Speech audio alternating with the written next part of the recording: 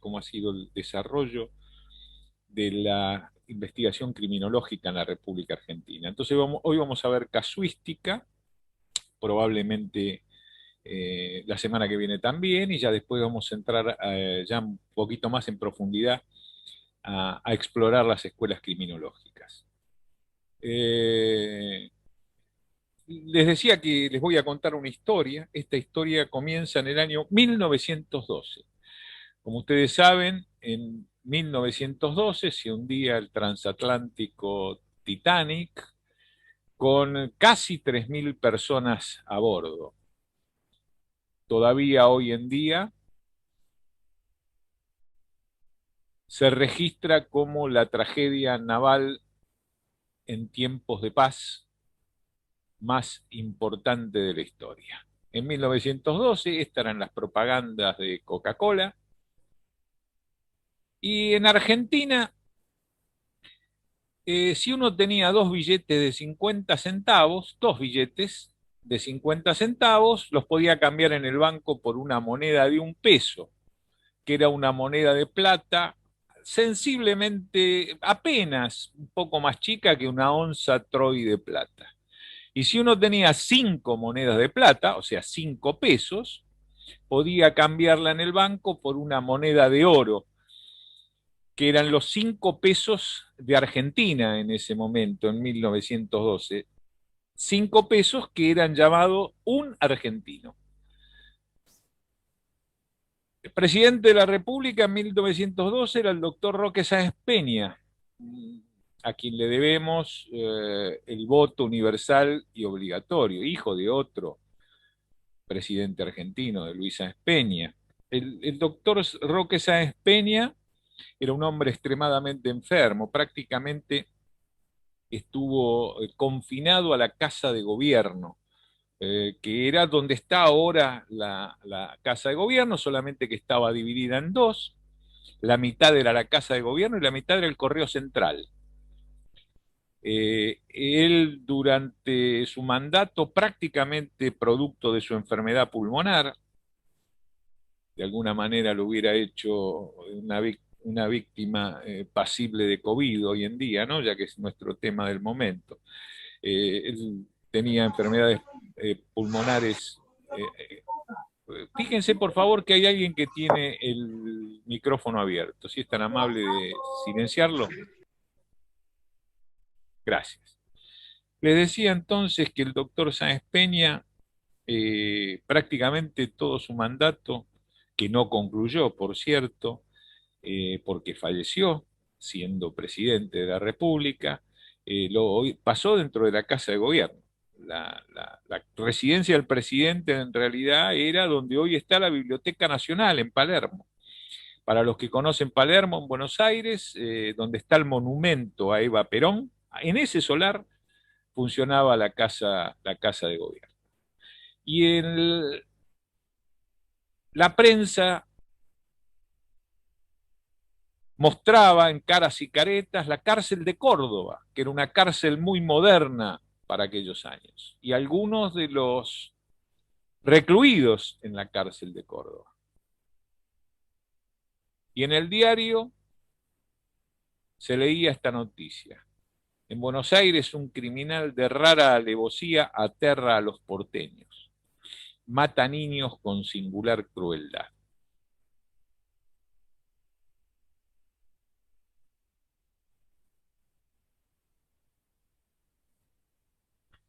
Cayetano Santos Godino, se los presento a quien no lo conoce, pero realmente es un personaje tristemente célebre en la historia argentina y en la historia criminológica en particular. Godino tenía 16 años en el momento de esta fotografía, que es cuando se lo detuvo y se lo puso a disposición de la justicia.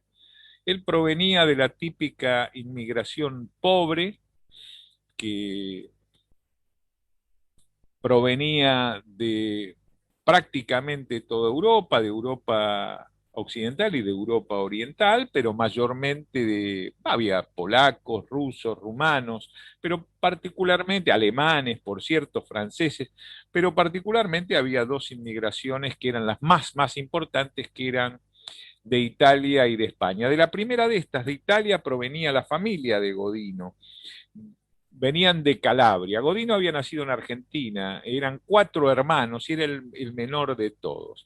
Los inmigrantes, que eran la inmigración, como les decía, proletaria, pobre, llegaban al hotel de los inmigrantes, eh, un hotel donde se les brindaba alojamiento, se les brindaba comida, etcétera, y se les ofrecían posibilidades de empleo en el sector público y en el sector privado. De hecho, el padre de Cayetano Santos Godino, Floro Godino, o Fiore, si ustedes quieren, su primer trabajo fue en el sector público y él encendía los faroles de gas de las calles de Buenos Aires, que era así como se iluminaba la ciudad en el año, a fines del siglo XIX, que es cuando Fiore llegó. Él se casó con Lucia Rufo, la madre de Cayetano Santos. Hoy la llamaríamos una madre abandónica y a Floro lo llamaríamos un padre golpeador. Esto va a tener, si bien era una familia muy bien estructurada, lo iba a hacer entre 3 de los hijos y el matrimonio, no con Cayetano Santos, que iba a ser un menor que vivía prácticamente en la calle, que era un gran consumidor de tabaco, fumaba cigarros toscanos, muchísimo, era un toxicómano prácticamente, y tomaba mucho alcohol, el alcohol más barato que él podía conseguir de las changas que hacía, ganándose algunas moneditas en la calle, ayudando a cargar cosas, etcétera. Él siempre vestía de bombacha y alpargatas.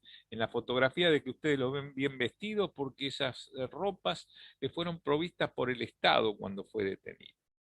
Bueno, aquí empezó o aquí terminó todo. Depende de qué lado se mire.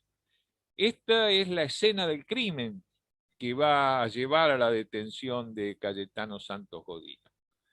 Este lugar, este terreno, en el fondo las chimeneas que ven son de un horno de ladrillo, es en Parque Patricios. Los crímenes de Godino se van a cometer en Parques Patricios y Valvanera. Este lugar específicamente era conocido como la Quinta de Moreno.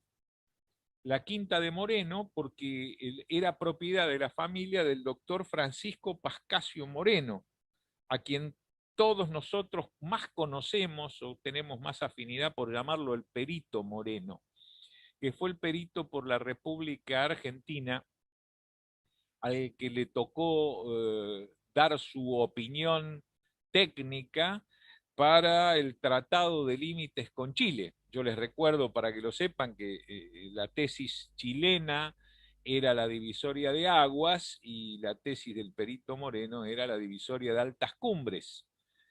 Moreno era un gran conocedor de la cordillera y del terreno, y el hecho de que triunfara la posición de él hizo que Argentina ganara muchísimo territorio. Para los que han ido o de luna de miel o han ido de viaje de egresados a Bariloche, si hubiera triunfado la tesis chilena, el lago Mascardi, por ejemplo, que está ahí al lado de Bariloche, sería Chile. Y en realidad es República Argentina y faltan todavía muchos kilómetros para la frontera con Chile. Muy bien, en ese lugar donde estaba la quinta de la familia del doctor Moreno, doctor que les comento, en realidad fue doctorado honoris causa en la Universidad Nacional de Córdoba, ¿sí? Les decía, ese terreno donde se va a producir el crimen por el que se lo va a detener a Godino, hoy en día, funciona uno de los institutos más reconocidos, una escuela de las más reconocidas de la ciudad de Buenos Aires, que es el Instituto Bernasconi. Bueno, les cuento brevemente cómo es la historia. Un sastre llamado Pascual Giordano, esta es fotografía obtenida en la época, lo que tiene una cruz es la sastrería, 2 cruces es la entrada a una casa tipo conventillo y 3 cruces era un almacén, donde están las 3 cruces, era un almacén de ramos generales, propiedad de una señora llamada María Barlaro. Lo cierto es que el hijo del sastre de Pascual Giordano, estaba jugando en la vereda. Gesualdo Giordano de solamente 3 años de edad. Gesualdito jugaba en la vereda mientras el padre atendía en su sastrería. En un momento el padre sale a la calle a buscar al chiquito y no lo ve más. Estaba jugando en la vereda, no estaba. Se va a lo de María Barlaro, insisto, va de una cruz al lugar de las tres cruces. Estas fotografías son las originales que obtuvo la policía y las cruces fueron hechas por la policía. Le pregunta a María Barlaro si ha visto a Gesualdito y la señora dice, recién estaba por acá, por la vereda, no sé porque yo acabo de atender a un muchacho joven de orejas aladas, al que le vendí unos caramelos. Bueno, yo no les voy a hacer un misterio con la historia, el joven de orejas aladas era Cayetano Santos Godino que lo había seducido a Gesualdo Giordano con caramelos. Esta es la reconstrucción que se va a hacer posteriormente. Pascual Giordano, desesperado porque no encontraba a su hijito de 3 años, salió a buscarlo.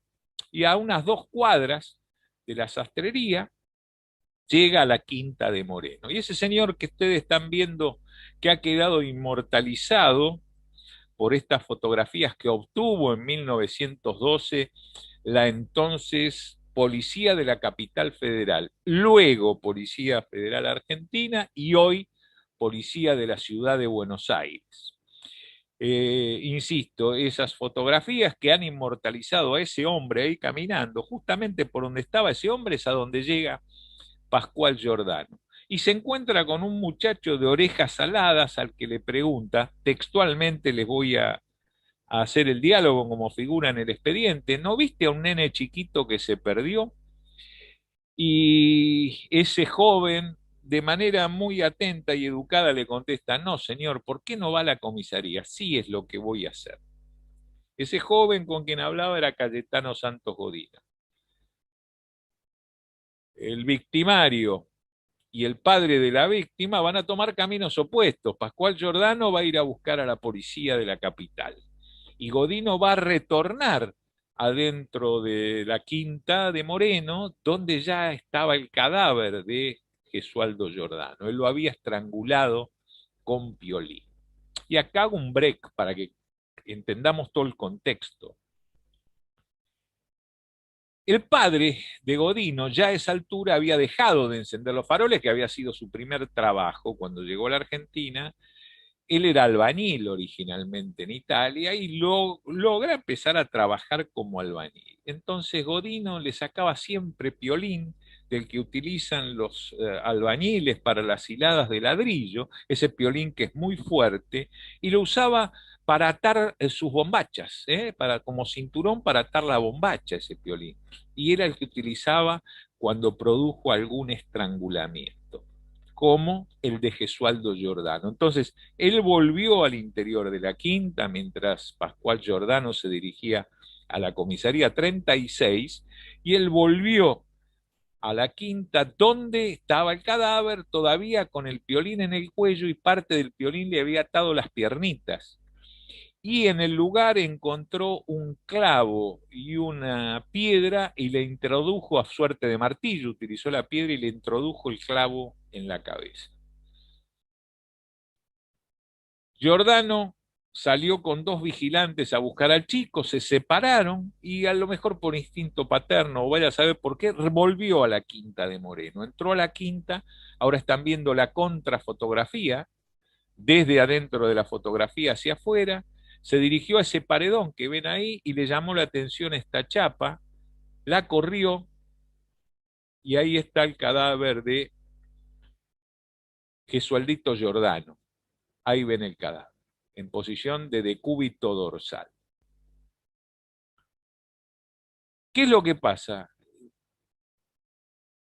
Pascual Giordano encontró a su chiquito, pensó que todavía estaba con vida, por supuesto ignoraba lo del clavo en el cráneo y poco tenía de médico como para establecer que ya no tenía signos vitales, lo tomó en brazos, se lo llevó a su casa, le quitó el piolín del cuello, le quitó el piolín que ataba sus piernitas, esta es la piedra y el clavo que luego iban a secuestrar la policía de la capital.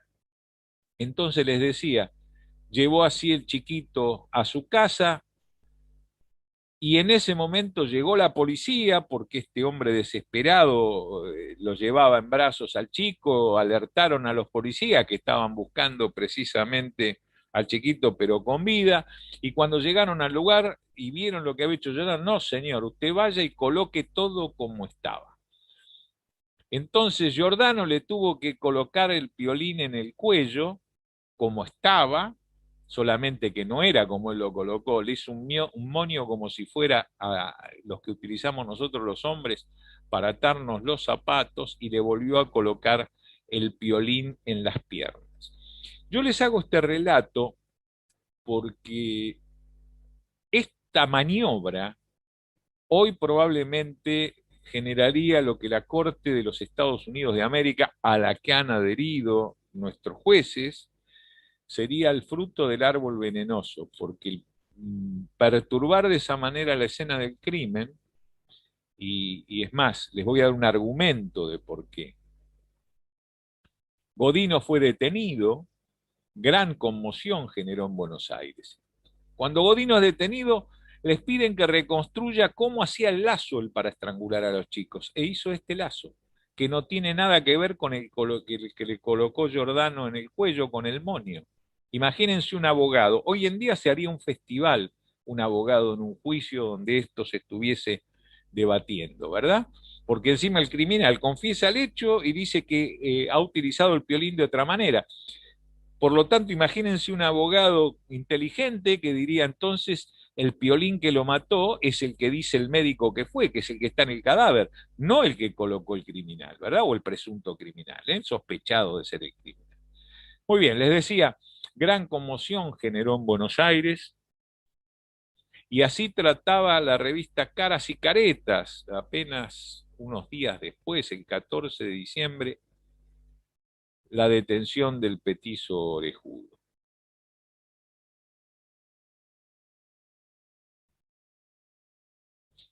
Godino en 1913 es declarado inimputable, por eso lo están viendo con ese uniforme, y es internado en el Hospicio de las Mercedes, internado en un manicomio, porque se entendió, al menos Nelson, que fue el médico psiquiatra que analizó sus conductas en aquel momento, entendió que Godino no comprendía la criminalidad de los hechos, ¿verdad? Sí tenía la capacidad de dirigir sus acciones.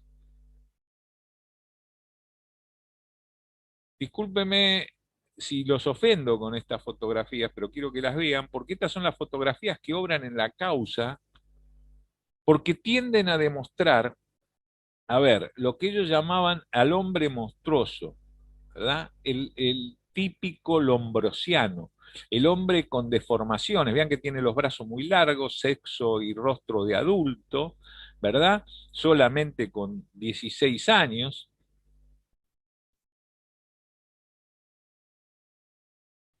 porque en aquella época reinaba fundamentalmente el positivismo criminológico desarrollado por el médico italiano Cesare Lombroso, cuyo verdadero nombre era Ezechia Marco Lombroso. Lombroso era un médico militar que había participado en la guerra del Piamonte, llegó al grado de capitán médico en el ejército italiano y había sido un gran estudioso de lo que él llamaba la realidad. Él se dedicó a estudiar particularmente en principio a sus compañeros del ejército y él empezó a ver que los individuos que estaban tatuados o los que tenían determinadas malformaciones eran personas que estaban de alguna manera compelidas al crimen. Ahí elabora toda su teoría positivista. Por eso Lombroso decía, me baso en la realidad, dice, soy esclavo de los hechos, decía Lombroso, a quien vamos a estudiar en esta diplomatura, vamos a estudiar luego en particular. Entonces, eh, un segundito, que voy a checar. Entonces, en el Hospicio de las Mercedes a Godino, perdón, termino lo de las fotos. Estas fotos venían a hacer la comprobación de la teoría lombrosiana. Cuando uno analiza eh, la teoría lombrosiana o la estudia, hay una creencia de que los mayores cultores de la teoría lombrosiana, porque Lombroso y el italiano estaban en Italia, y esto no es así.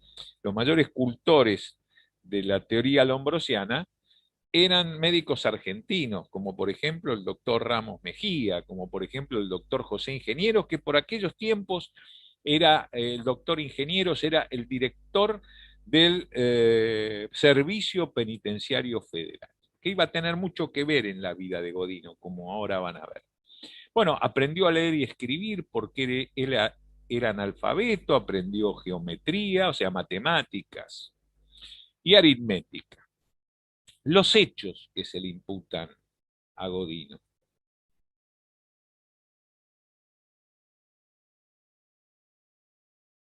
Un segundito, ahí está, que quiero eliminar la barra de tareas, que ustedes no la están viendo, pero a mí me perturba la diapositiva. Denme un segundito, por favor.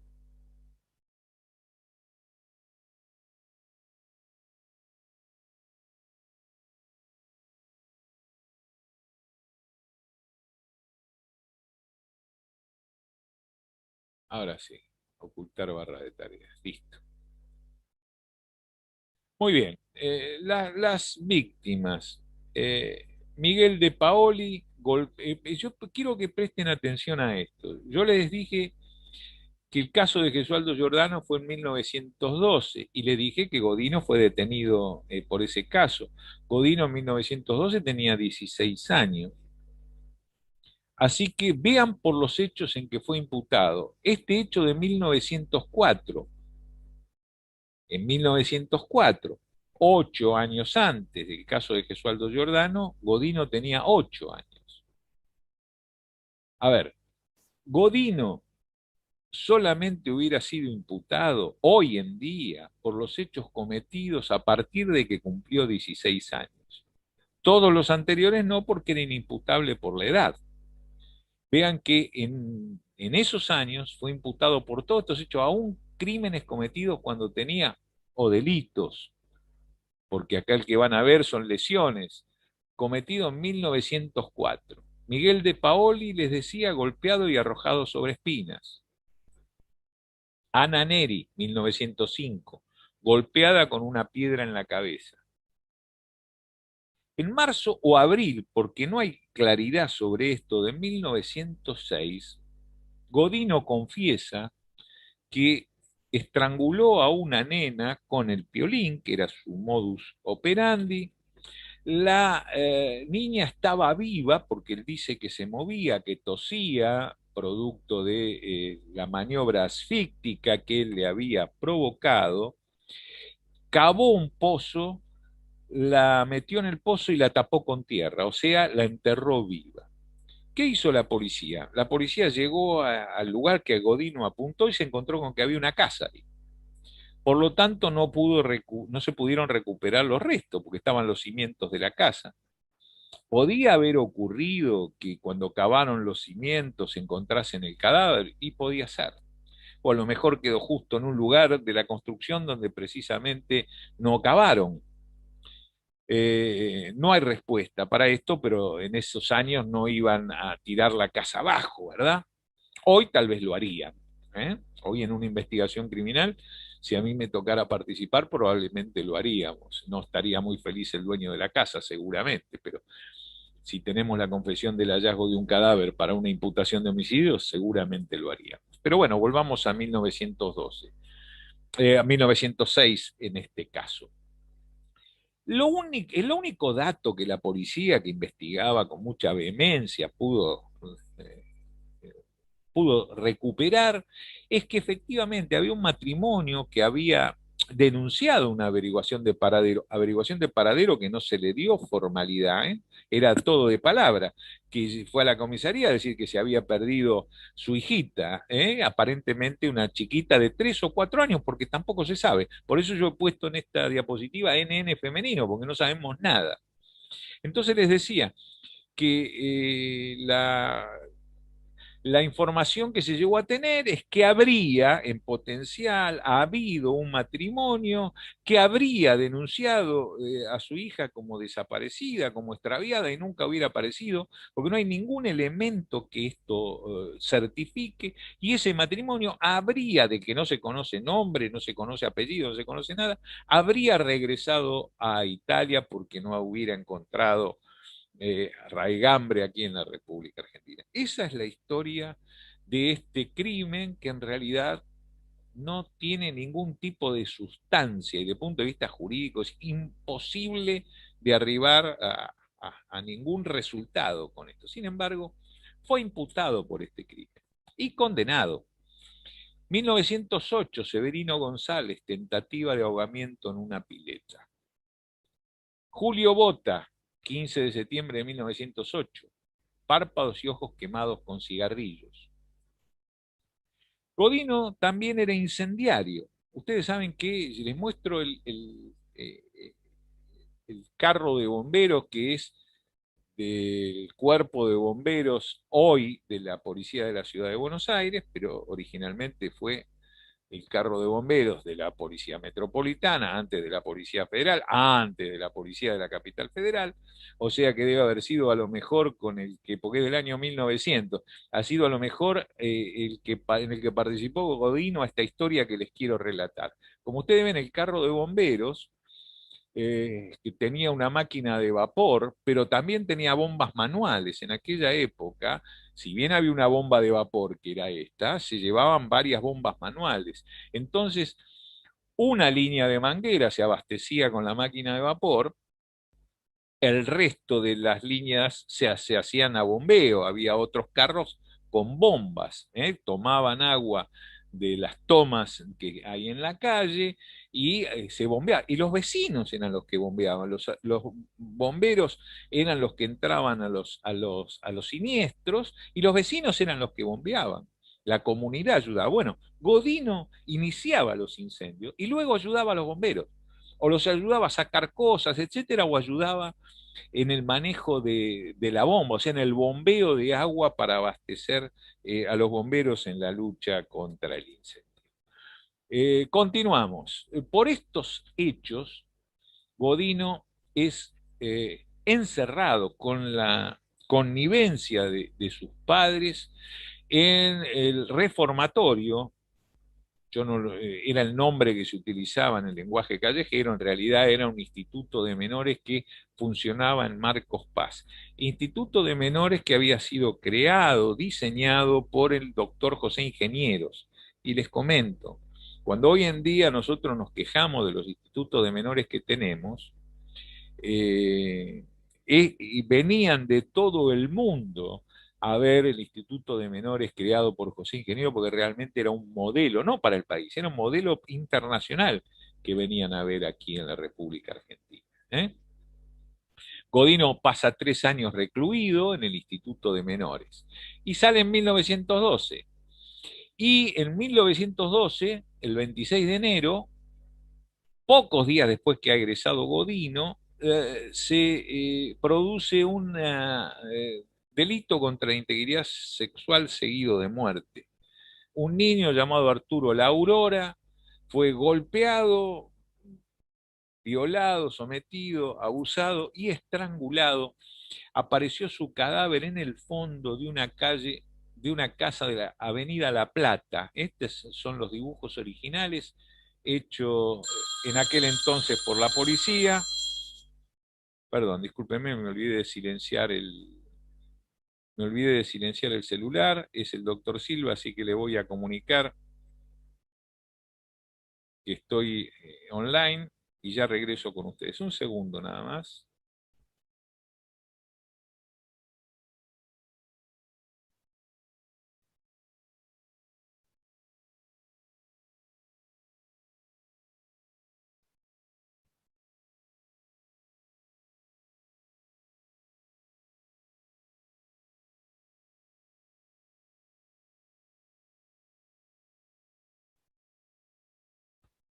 Les digo con quién es, que es el doctor Silva, porque sé que muchos de ustedes lo conocen, además va a dictar una diplomatura también. Él es médico psiquiatra y con quien hemos escrito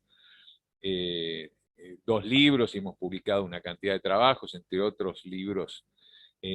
Escribimos homicidios seriales y perfiles criminales, que nos ocupamos del caso Godino. Bueno, regreso a la historia.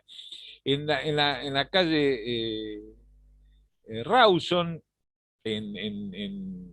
y Avenida La Plata, discúlpenme, la calle Pavón y Avenida La Plata, está la casa, y aquí donde ustedes ven es el dibujo que ha hecho la policía. Aquí es donde apareció el cadáver, en los fondos de la casa, en las casas esas tipo chorizo, que eran habituales en la ciudad de Buenos Aires, en el país todo, ¿verdad? Que era la típica construcción argentina de la vivienda de 1900 hasta 1940, más o menos. Pero les voy a dar un dato, la casa estaba totalmente vacía, estaba deshabitada, porque estaba en alquiler desde hace muchos meses. Que esto es algo que nos llamó particularmente la atención, ¿verdad? Porque así aparece el cadáver de típica, como vamos a ver más adelante en este diplomado. Esto es un hallazgo típico de un delito contra la integridad sexual seguido de muerte. El cadáver desprovisto de ropas, de la cintura para abajo, porque el criminal, una vez que dio rienda suelta a la exacerbación de su libido y cometió el crimen, trata de poner, como ya vamos a ver, el criminal trata de poner distancia con el cadáver lo más rápido posible. Entonces, en esta situación apareció el niño Arturo Laurora. Y acá voy a hacer una serie de reflexiones. Godino jamás cometió un delito contra la integridad sexual. Este es el único que se le endilga. De hecho, él era gay, era homosexual pasivo, lo que quedó evidenciado en el tiempo que permaneció eh, detenido, en primer término en la Penitenciaría Nacional y luego en la cárcel de Ushuaia, en la que iba a permanecer hasta el fin de sus días. Luego, hay otro dato que es por demás interesante, que es, yo les dije que en el modus operandi de Godino, que al que se reconoce como un criminal serial, como un criminal de comportamiento sistemático, este tipo de criminales difícilmente se aparta de su modus operandi.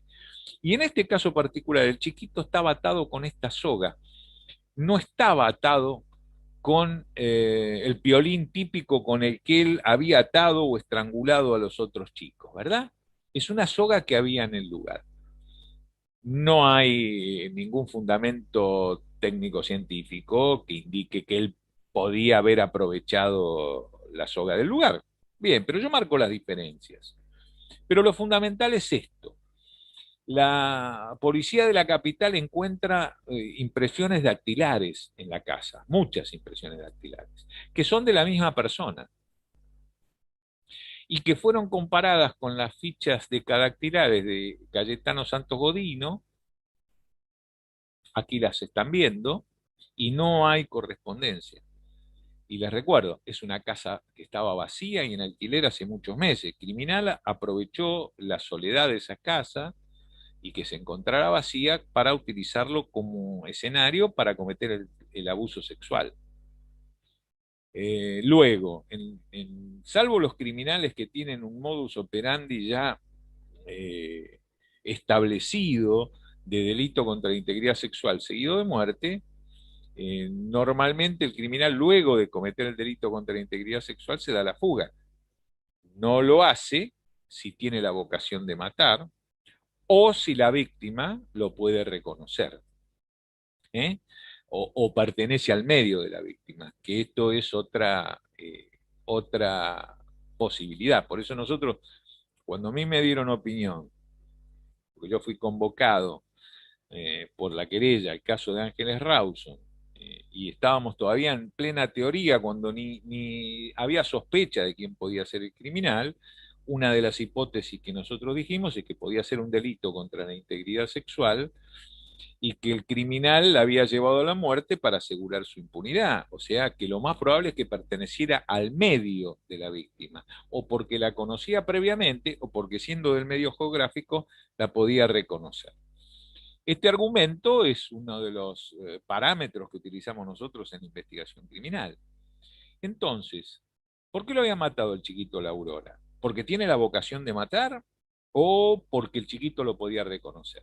La policía de la capital en su investigación, a la hora que se supone, o más o menos en el horario que se supone que fue el hecho, se vio aparentemente salir de esa casa vacía a un hombre vestido de traje claro, utilizando chaleco de seda natural, chaleco de fantasía, que se utilizaba mucho en aquellos años, botines, polainas blancas y sombrero rancho con un bastón en la mano.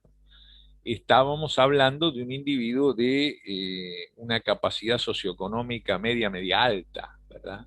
Cuando en esos barrios, en aquellos años, la clase socioeconómica era media baja, ¿verdad? O sea, era un individuo que no encajaba en ese medio. Luego, para fundamentar un poquito más esta teoría, agrego que la policía de la capital estaba investigando a un individuo que presentaba estas características morfológicas de estar muy bien vestido, de utilizar polainas, de utilizar bastón, que era como una especie de prenda que utilizaban los caballeros en aquella época. El bastón no era porque alguien tuviera alguna dolencia o estuviese impedido físicamente, se utilizaba el bastón como un complemento de la vestimenta de los caballeros. Entonces, les decía que la policía investigaba casos de pedofilia cometidos en el centro de Buenos Aires por un individuo vestido con estas características y se vio a un individuo vestido con estas características salir aparentemente, o por lo menos en la seguridad que estaba en inmediación en la escena del crimen, aparentemente en el horario que fue, aleja la hipótesis de Godino. Pero como ocurre siempre con los criminales de comportamiento sistemático, se terminan llevando puesto casos, crímenes que a lo mejor no cometieron. Quiero decir esto por respeto a la justicia.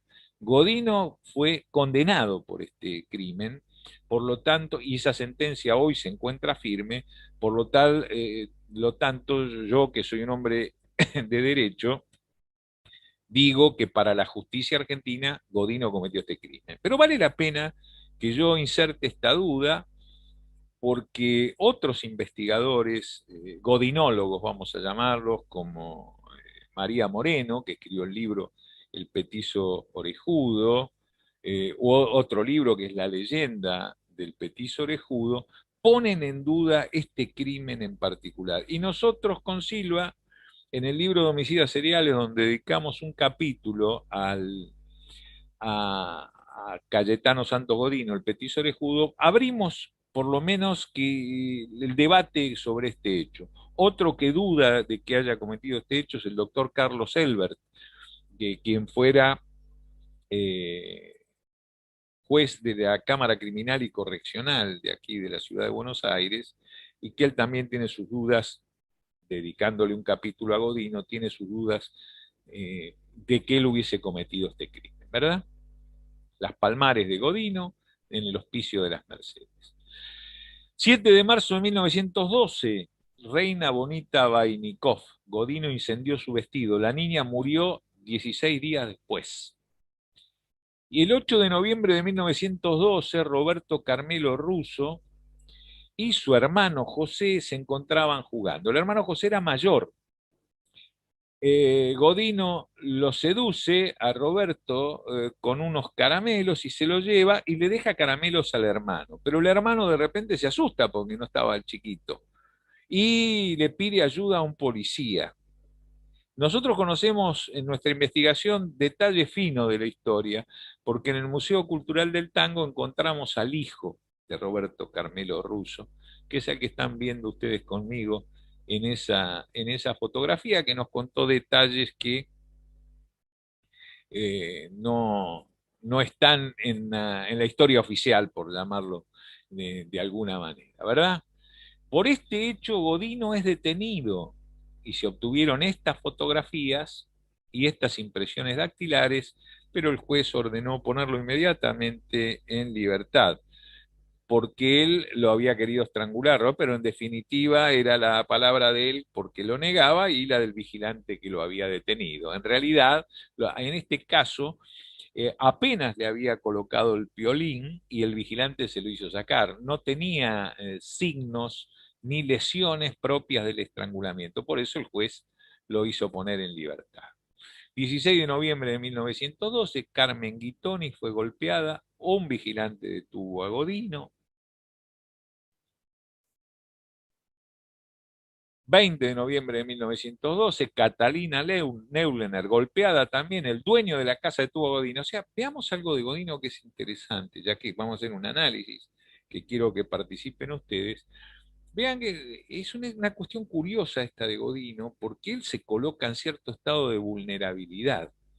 Eh, Él mismo no asegura el ocultamiento que podría haber logrado en esos años. Imagínense que donde él comete los hechos, Valvanera, Parque Patricio, era zona prácticamente semi-rural, por no decir rural. No era el conglomerado urbano que es ahora en esos barrios de Buenos Aires, ¿verdad? Y él tenía la posibilidad de ocultarse o alejarse más, claro que sí.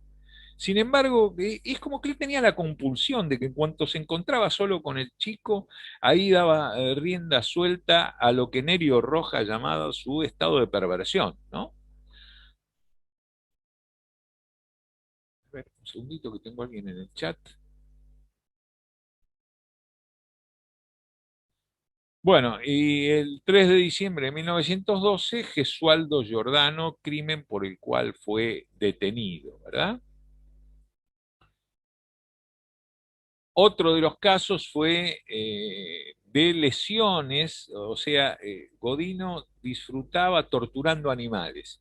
Aquí un informe de la policía de la capital, donde se indica que había apuñalado a una yegua, pero tenemos otros dos hechos interesantes de narrar. Godino encuentra un nido con pichones, mata a los pichones y los tenía en una caja muertos debajo de la cama. Cuando el padre encontró los pichones le dio una tremenda paliza. El padre lo golpeaba muchísimo.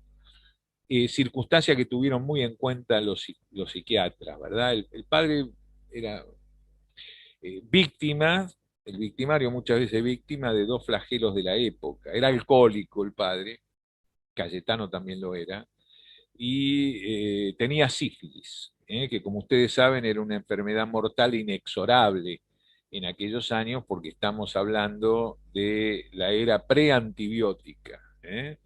La sífilis conducía a la muerte. De hecho, Albert Victor Edward, duque de Clarence, pocos años antes, el heredero del trono de Inglaterra, el sobrino nieto de la reina Victoria, murió contagiado con sífilis, por haber tenido relaciones con prostitutas, ¿verdad? Por aquellos años se calculaba que un tercio de las Fuerzas Armadas del mundo se encontraban contagiadas con sífilis porque era lo que tenía mayor propensión a mantener relaciones con personas que tuviesen la posibilidad de transmitir enfermedades venéreas. Eh, Insisto, recién la penicilina va a aparecer en 1930, se va a descubrir en 1930 y ahí se van a combatir este tipo de infecciones. Entonces, y las características de la sífilis es perturbaciones de orden psíquico en determinado estadio de la enfermedad. Entonces, tenemos al padre Godino con perturbaciones producto de su enfermedad, de su patología, de la enfermedad venérea que portaba y también del alcoholismo. Bueno, cuando le encontró los pajaritos, eso lo sometió a una paliza fenomenal, de muchas que le había dado. Godino también era víctima de bullying. El resto de los chicos que iban a la escuela, insisto, era clase media, media baja, pero era la típica típico ciudadano ya naturalizado argentino, los padres, ellos argentinos, que habitaba la ciudad de Buenos Aires por aquellos años, que iban a las escuelas públicas, etcétera. Pero él no iba a la escuela, entonces le hacían bullying y le pegaban y lo golpeaban los otros chicos. Y luego abrimos un paréntesis. ¿Habrá sido víctima de algún abuso por parte de otros adolescentes? Es uno de los planteamientos que se hacen algunos investigadores. Entonces, otro caso registrado también de crueldad con animales, un inspector de la Policía Federal, de la Comisaría 36, 34, perdón, en este caso, de la Comisaría 34, de apellido Torres, igual que yo, pero con ese final, mi apellido es Torres sin ese, lo vio en una laguna que había ahí en Parque Patricios, donde él había capturado una cantidad de patitos, de pichones de pato, eh, 6 o 7 tenía y los metió entre una bolsa. Estaba la pata desesperada, los gritos ahí, y él sacaba de a uno los patitos, se los mostraba a la pata y le arrancaba la cabeza que tiraba para un lugar y el cuerpito para otro. O sea, excesiva crueldad con animales que se pone de manifiesto en lo que se llama el trastorno disocial de la personalidad. Trastorno disocial es, por ejemplo, hasta los 16 años. Un adolescente tiene trastorno disocial. Distinto de más de 16 años, más de 15, 16, 17 años, a lo que se le llama trastorno antisocial. Con la muerte del doctor Hipólito Yrigoyen, en 1913, asume su vicepresidente, el doctor Victorino de la Plaza, al que lo burlaba bastante la revista Caras y Caretas, ¿no? Y en 1915,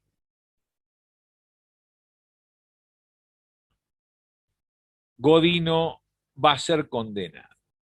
Previo al hecho de Godino, vamos a hablar de otro caso que va a ocurrir en 1914. Pero antes de comenzar con el caso de 1914, vamos a hacer un break para descansar. Así ustedes descansan de mi monólogo. Y yo les pregunto, les pregunto a ustedes si alguien quiere hacer alguna pregunta. Si no, hacemos un recreo de 10 minutos. ¿Alguna pregunta?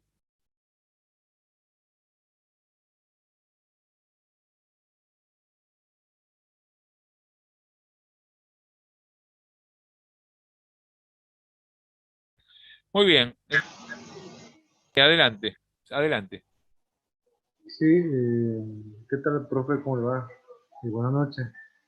La particularidad que tenía, bueno, ya en algún taller ya había hecho un curso sobre Santo Bodino y era así como usted decía, que era lo caracterizaba a él, era la perversión, pero no me quedó muy bien claro, digamos, así como usted hace rato bien lo decía, si era porque él haya tenido algún abuso anteriormente o hay alguna situación que lo haya despertado, digamos, a él para que empiece a cometer eso, porque es muy particular, como usted recién lo puso en la historia, a partir de 1906 creo que él empezó todo o a partir de los 8 años, él empezó todo a cometer, digamos, cosas o empezar a incursionar, digamos, en metodología que era bastante ¿cómo lo puedo decir? Bastante fea, en particular, digamos, en esa época. Usted, en su estudio, digamos, que hizo, ¿usted cree que él pudo haber sido abusado o alguna situación en particular? Mira, yo no quiero afirmar nada que no tenga demostrado, ¿no? Pero yo creo que es algo para tener en cuenta. Primero, el hecho de que él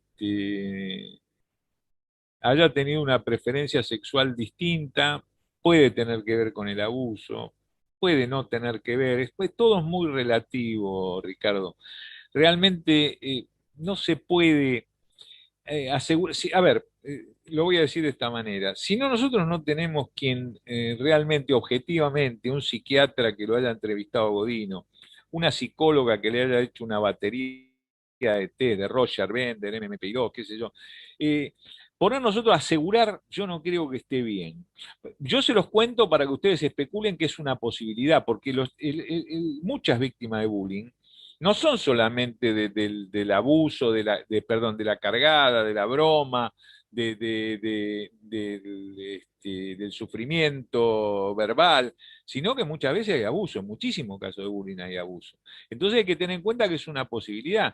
Y esto, para Godino era muy chiquitito, yo después les voy a mostrar fotografías de él y van a ver que era muy menudito, muy chiquitito, o sea, él no tenía posibilidad de enfrentar, por ejemplo, a sus amigos, qué sé yo. ¿Por qué él era tan chico? ¿Por qué él era tan menudito? Porque él había tenido una fiebre intestinal que lo había colocado al borde de la muerte cuando tenía 5 o 6 años. Y insisto, no había antibióticos en ese momento, no se murió de milagro, porque estuvo muy grave.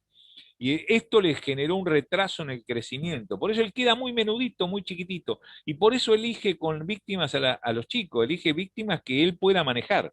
En algún interrogatorio a los médicos él lo va a decir. Yo les voy a mandar a ustedes una investigación que hice yo sobre el caso Godino, se las voy a mandar a todos ustedes. Después no establecimos todavía qué forma de contacto vamos a tener. ¿De acuerdo? Bueno, 10 minutos y continuamos.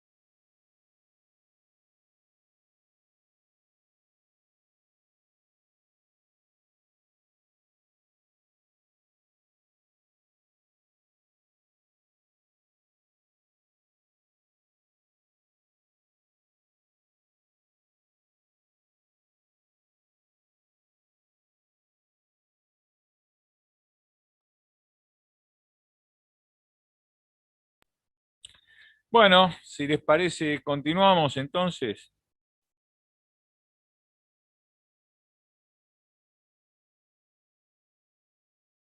Un minuto para que se reintegren.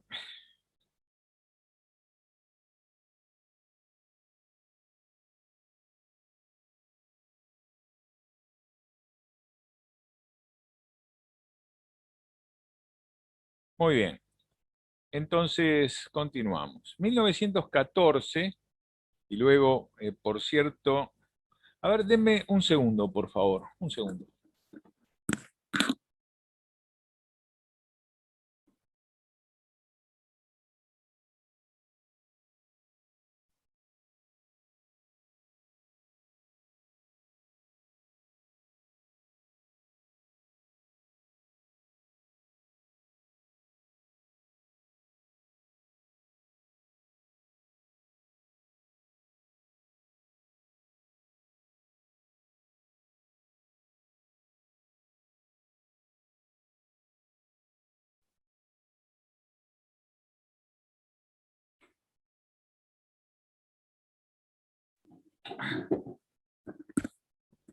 Perdón, ¿eh?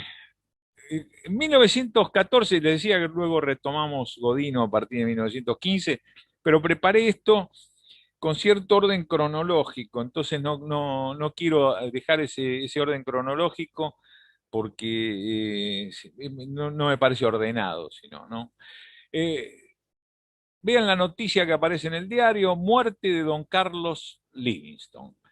Livingston, Frank Carlos Livingston, era un terrateniente, dueño de muchos campos, que había heredado de una familia de origen británico, de la que él había sido único heredero, porque era hijo único. Fallecieron sus tíos, fallecieron sus padres y él había heredado una verdadera fortuna, lo que lo llevaba a estar entre los hombres más acaudalados de Buenos Aires. ¿Cómo invertía Livingstone? Vivía de rentas. El dinero que producían sus campos, sus cosechas, estamos hablando fines del siglo XIX, principio del siglo XX, había mucho contrato de venta de hacienda a Europa, se vendía la carne argentina en Europa, además se llevaban en barcos muchas veces el ganado en pie, ¿no es cierto?, para venderlo allá, ganado criado, engordado aquí en la República Argentina. Entonces, Livingston invertía en propiedades, compraba casas y las alquilaba. Esto le producía un ingreso de rentas bastante importante. Era un hombre realmente de muy buena capacidad económica, era un hombre de lo que podríamos llamar de la sociedad porteña, relacionado con militares, con políticos, etcétera, en aquella época, y tenía dos pasiones muy interesantes. Le gustaba mucho jugar, el juego, e iba a casinos garitos, casinos clandestinos, etcétera, y lo otro que le gustaba era las mujeres. Tenía varias amantes.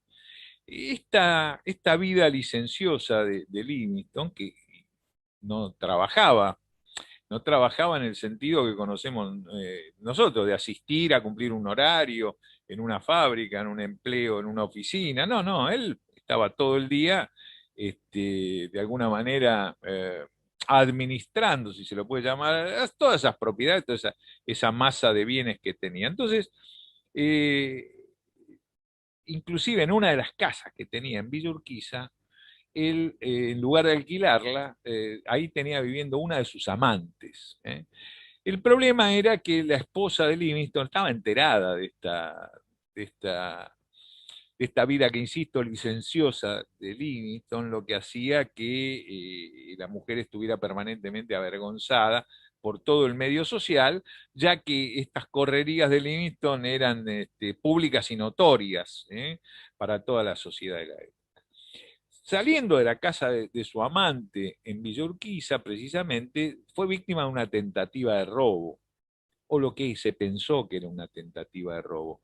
Cuatro individuos lo acometieron, pero Livingston, como les dije en el caso de la muerte del chiquito La Aurora, como todo caballero de aquella época, utilizaba bastón y la emprendió a bastonazos contra esos individuos que intentaron robar. La historia continúa con la muerte de Livingston. Livingston una noche, volviendo o bien de alguna sala de juego, o bien de visitar a alguna dama, regresa a su casa y es acometido por unos individuos que aparentemente lo quisieron robar y lo terminan matando. O sea, primera situación, esta era la casa original de Livingston, este es el plano en catastro en la ciudad de Buenos Aires que yo conseguí, pero les muestro dónde estaba la casa, es Gallo y Santa Fe, en este solar de la calle Gallo, donde hoy está este edificio, la casa no está más. Yo le pedí a uno de los chicos, de los dibujantes nuestros, que me hiciera el plano de la casa de Livingston para explicarles a ustedes cómo fue el crimen. Donde yo estoy señalando, o sea, se ingresa por aquí, 1680, esta era una entrada de servicios, ya que Livingston tenía ama de llave y chofer, etcétera, que el ama de llaves y un personal doméstico vivían dentro de la casa y ellos ingresaban por el 1678. Por 1680 ingresaba él y aquí encuentra la muerte. O sea, algo raro pasó para el juez de la causa que estuvo esa noche en el lugar. De hecho, se produce a la 1:30 de la mañana, más o menos. Livingston vuelve, insisto, de sus correrías, o de jugar, o de visitar a alguna dama, y aparentemente lo quieren robar. Les voy a aclarar que él había denunciado el hecho de Villurquiza en la comisaría 39, que quedó sumariado el caso como tentativa de robo. Esta noche sufre otro robo y este robo lo lleva a la muerte. El juez de la causa empezó a sospechar. ¿Cómo? Dos tentativas de robo, dos intentos, y este termina con la muerte. Lo curioso aquí fue que en el escenario, ahí tienen la foto del cadáver de Livingston, aparece al lado del cadáver este instrumento que acá se va a ver con mayor detalle una vez retirado el cadáver. Esta es la escena del crimen. Aquí, en esta sala, es donde aparece muerto Livingston, con este instrumento que se los voy a mostrar ahora en más detalle. Vean lo que es. Son dos cuchillos que han sido atados con cueros y alambres a un palo. O sea, se hizo una pequeña lanza zulú con este instrumento. Yo no a mí no me gusta hacer misterio cuando hago el relato, qué es lo que ocurrió en realidad. Los mismos que lo habían acometido en Villurquiza un mes antes, fueron los que ahora lo vinieron a matar. Pero como aquella vez lo sacó a bastonazos, fabricaron un arma como para poder enfrentar esos bastonazos esta vez. Este cuchillo fue conocido como la doble pica. Esos cuchillos, perdón, esa arma, hoy se encuentra exhibida en el Museo de la Policía Federal Argentina. Miren, este es el bastón de Livingston y esta es esa arma, la doble pica. Y también está secuestrado el cuchillo que utilizara otro de los criminales. Ocurre que en el primer hecho, un mes antes, en Villa Urquiza, o más vale, en realidad más que Villa Urquiza, quiero ser más puntual, Parque Saavedra en realidad fue el hecho, habían sido cuatro, esta vez son dos. Dos que también habían participado en el otro hecho, pero ya no vienen cuatro, vienen dos. Uno lleva un cuchillo, que es este que está ahí, y el otro lleva la doble pica que quedó tirada en el escenario del crimen. Pero, ¿qué es lo interesante a los efectos de la investigación criminal? Que la policía cuando examina estos cuchillos, este y los otros dos que conforman la doble pica, encuentran escamas de pescado pegadas, o sea que la sospecha fue rápidamente porque se trataría de pescadores. Yo les cuento que el Río de la Plata no tenía ni remotamente las contaminaciones que tiene hoy en día, donde no se consume la pesca del Río de la Plata. En aquellos años, las pescaderías de Buenos Aires se proveían de lo que los pescadores obtenían en el Río de la Plata, que se entraba con redes a pescar. Frente a la ciudad de Buenos Aires se pescaba. La policía hizo una investigación estableciendo que quien tenía relación con pescadores, en realidad era el ama de llaves de Livingston. El cadáver fue trasladado a la morgue y les muestro el cadáver de Livingston en la morgue judicial de Buenos Aires. Algunas de las lesiones claramente indican dónde existió el acometimiento con esa doble pica, ¿verdad? Esta fotografía fue exhibida por el que fuera titular de cátedra de medicina legal, el primer titular de cátedra de medicina legal de la Facultad de Medicina de la Universidad de Buenos Aires y padre de la medicina legal argentina, el doctor Nerio Rojas. Bueno, bien, falleció el 20 de julio Livingston, su esposa Carmen Guillot de Livingston. La señora Carmen Guillot de Livingston fue en realidad la que encargó el crimen. ¿A través de quién lo hizo? Como les decía, la que tenía vinculación con pescadores era su ama de llaves, la señora Catalina González de Carelo, ¿verdad? ¿Y a quiénes contrató? A unos amigos de ella, Salvador Viterale, Rafael Póstramo, que habían participado del primero de los hechos, esa tentativa de homicidio. Ahora sabemos que no fue tentativa de robo, fue tentativa de homicidio en Parque Saavedra, ¿verdad? Pero los que fueron esta vez y con eficacia mataron a Livingston fueron Juan Bautista Lauro y Francisco Salvato. Estos cuatro individuos fueron los autores de los dos crímenes, la tentativa de homicidio, los cuatro, y el homicidio consumado, los dos últimos. Por esta causa fue condenada la mujer de Livingston y su ama de llaves a prisión perpetua y que en la cárcel de mujeres que estaba en la calle Humberto Primo y Defensa, donde está el mercado de pulgas, ¿eh? Y así es como se vestían las internas. Hoy es el Museo del Servicio Penitenciario. No corrieron la misma suerte Lauro y Salvato.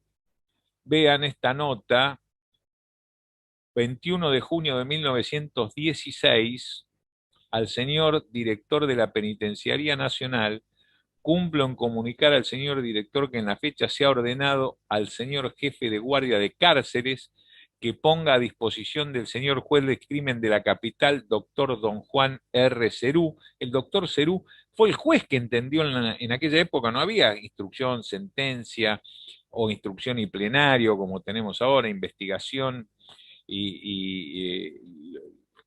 las diferentes instancias dentro del proceso, del único proceso que hoy es ventilado en audiencia oral y pública. No, no. En aquella época un juez entendía desde que ocurría el hecho hasta la sentencia. El juez del crimen. Bueno, el doctor Cerú fue el que estuvo esa noche en el escenario y que inmediatamente se sospechó realmente que algo pasaba con la mujer, porque todos los vecinos habían escuchado los gritos de Livingston y la mujer que estaba con su ama de llave dentro de la casa no. Muy bien, les decía, ponga a disposición del señor juez del crimen de la capital, doctor don Juan R. Cerú, la fuerza necesaria para la ejecución de la pena de muerte impuesta a Juan Bautista Lauro y Francisco Salvato, alojados en ese establecimiento. Saludo al señor director atentamente. Inmediatamente, en la Penitenciaría Nacional, que estaba ubicada en la calle Las Heras y Coronel Díaz, hoy es un parque con dos escuelas, en ese sitio del Panóptico fueron ejecutados Lauro y Salvato. Este es el informe del médico forense que debía asistir a las ejecuciones. La muerte fue por fusilamiento. Vean lo que dice el final del informe médico forense. Adjunto acompaño la suma de 1 peso 40 centavos moneda nacional que le fueron secuestrados al preso Salvato, dinero que ocultaba dentro de la boca. Junio 22 de 1916. Los torsos, los cuerpos de Lauro y Salvato, que no fueron reclamados por su familia, se mantuvieron formalizados en la colección de piezas anatómicas de la Cátedra de Medicina Legal de la Facultad de Medicina de la Universidad de Buenos Aires, y decían muertos por fusilamiento. Se mantuvieron durante muchos años, que tiene una gran colección de piezas anatómicas, la Cátedra de Medicina Legal. Ocurre que esas piezas se echaron a perder producto del paso de los años, ¿verdad? El homicidio por encargo es el aspecto que acabamos de ver en nuestra historia criminológica.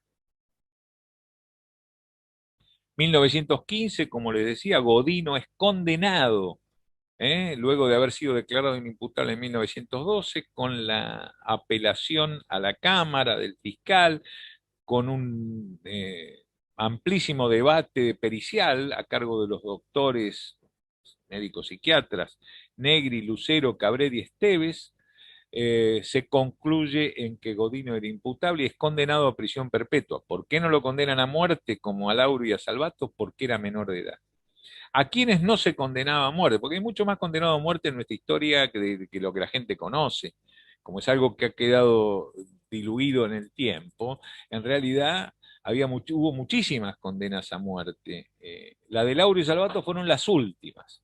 Ya no hubo más condenados a muertes en la República Argentina por causas penales. Sí hubo fusilamientos por cuestiones políticas, pero eso excede el marco jurídico.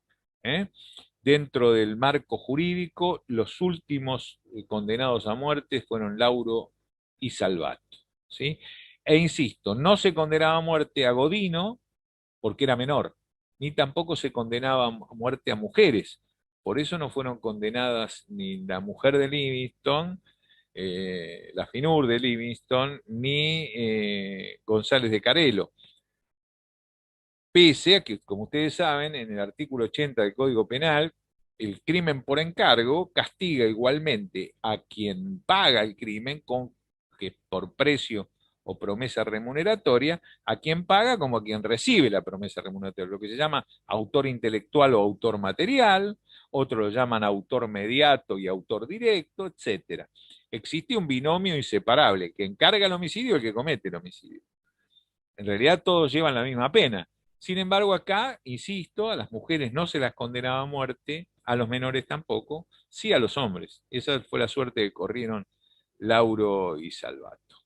Godino queda internado entonces en la Penitenciaría Nacional, en el mismo lugar donde lo fusilaron a Lauro y a Salvato, que tenía este aspecto en aquellos años.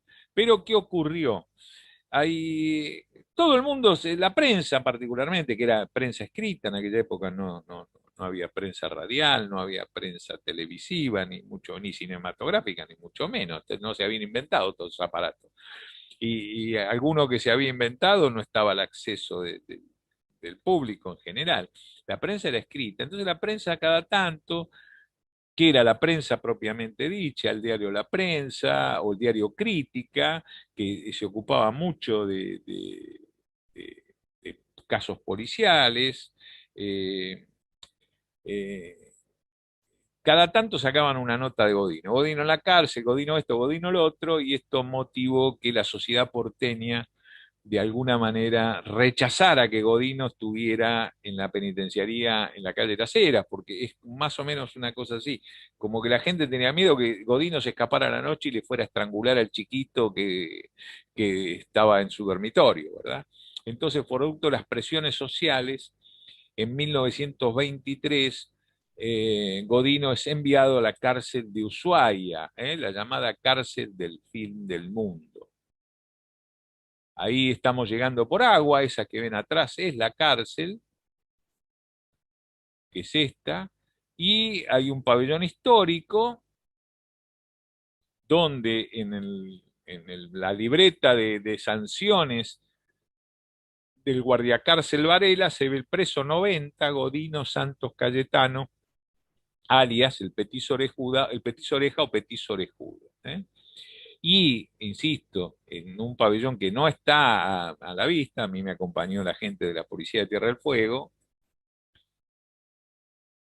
está la celda número 90, que fue donde permaneció durante toda su estancia Cayetano Santos Godino, que es una especie de cuestión, ven, ahí lo tienen, el preso 90, porque es una especie de atracción turística.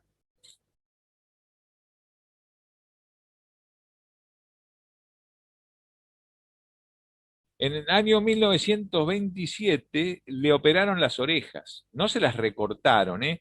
Le hicieron una operación por detrás de las orejas para procurar que se le pegaran más al cráneo, cosa que no ocurrió al principio en esta fotografía, sí, luego no ocurrió, volvieron a la normalidad. Y hay una anécdota folclórica que habla de un gatito, que Godino mata a un gatito y por esto lo matan los presos. No es así.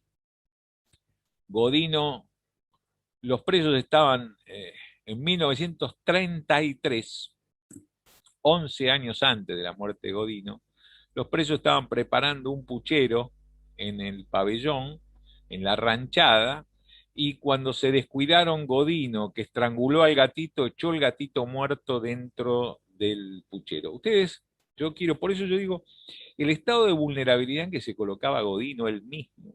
¿Ustedes tienen idea quiénes estaban recluidos en la cárcel de Ushuaia? Eran los individuos más peligrosos que podrían existir en el medio social. Por los crímenes más aberrantes eran mandados a Ushuaia.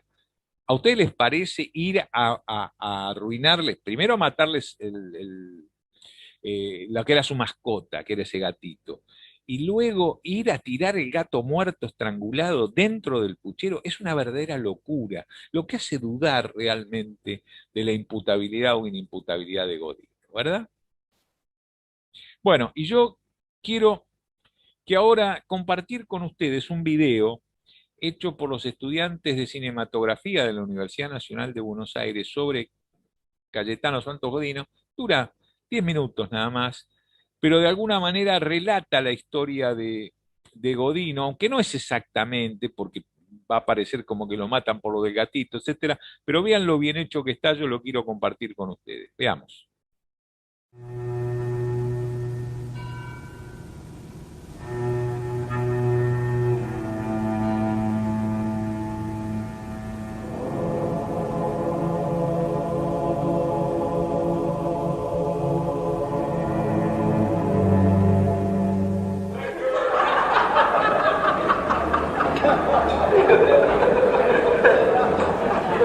Morales, parece que el Laucha no va a lastrar el muerto, así que dáselo al Puma. No, jefe, está bueno, Laucha.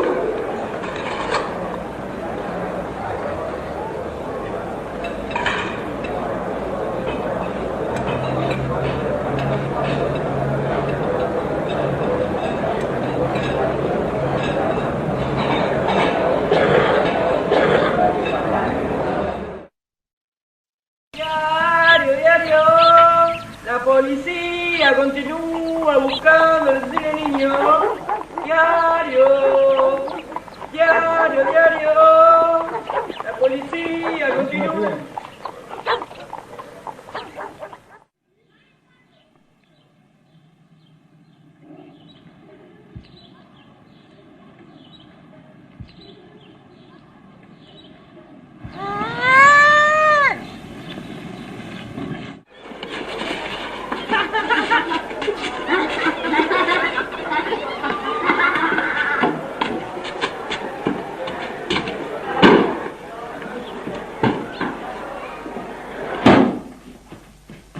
Guarda tuo figlio, sempre dando disgusto, ha colpito tuo bambino nella strada. Io non hice nada.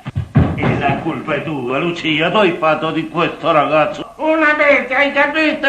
Una bestia! Ma state zitto, mascalzone! State zitto che t'ammazzo! Hai capito? Ne sono stanco di te, io t'ammazzo, hai capito? Vieni qua! Vieni qua! Vieni qua! Io t'ammazzo, ma vedete?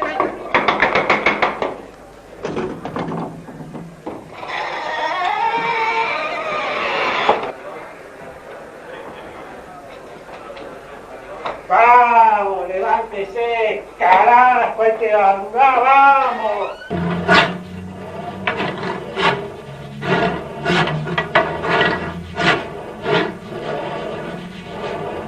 Umita, umita.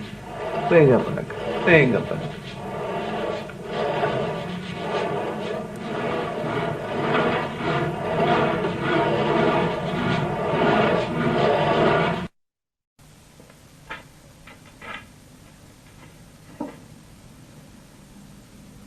No comió nada. Qué raro. Pumita, Pumita, ¿dónde estás?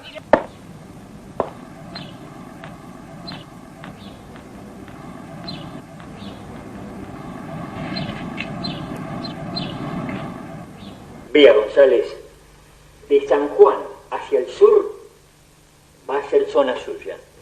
Vamos a reforzar las rondas porque al asesino hay que atraparlo. Y lo quiero hoy acá. Vaya, González. Allá está, jefe.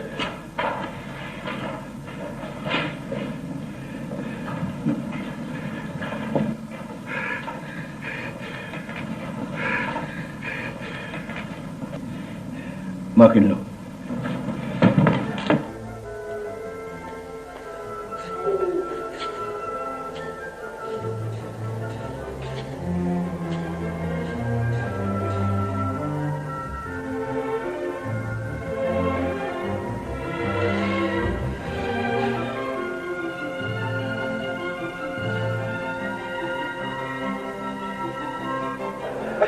Agente, tiene que ayudarme, por favor. Mi hijo, agente. Dígame, cálmese. Hace horas que lo busco, no lo puedo encontrar, agente. Por favor, acompáñeme a buscarlo.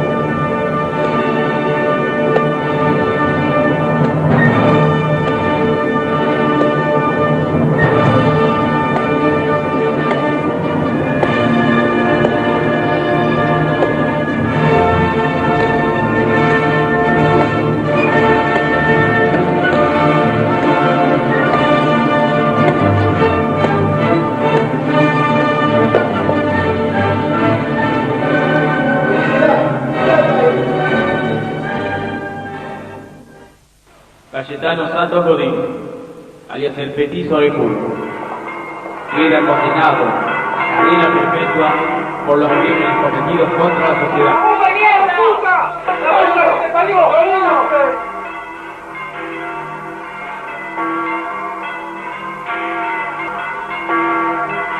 ¡Te voy a matar! ¡Te voy a matar! ¡Me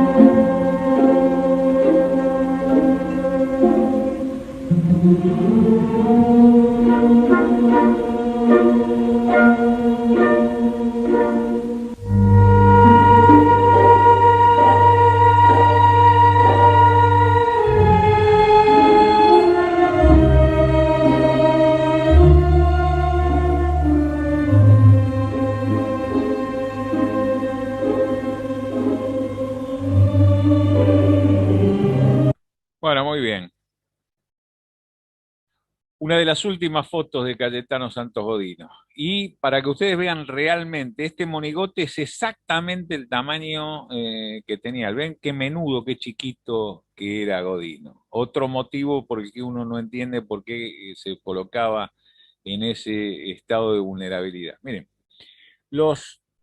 ya lo vamos a ver, la escuela neoclásica de la criminología, ¿no? Pero los criminólogos neoclásicos americanos dicen que para que exista un delito tienen que concurrir tres circunstancias. Tiene que existir un bien, tiene que existir un delincuente motivado y tiene que haber ausencia de seguridad. Entonces, si se dan estos tres elementos, se va a producir el delito.